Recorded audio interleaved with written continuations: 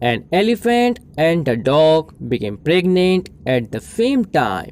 3 months down the line, the dog gave birth to 6 puppies. 6 months later, the dog was pregnant again, and 9 months on it gave birth to another dozen puppies.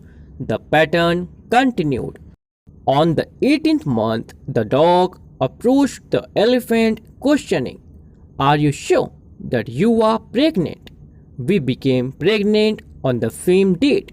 I have given birth 3 times to a dozen puppies, and they are now grown to become big dogs. Yet you are still pregnant. What's going on?" The elephant replied, "There is something I want you to understand. What I am carrying is not a puppy, but an elephant. I only gave birth to one in 2 years. When my baby hits the ground, the earth fills it.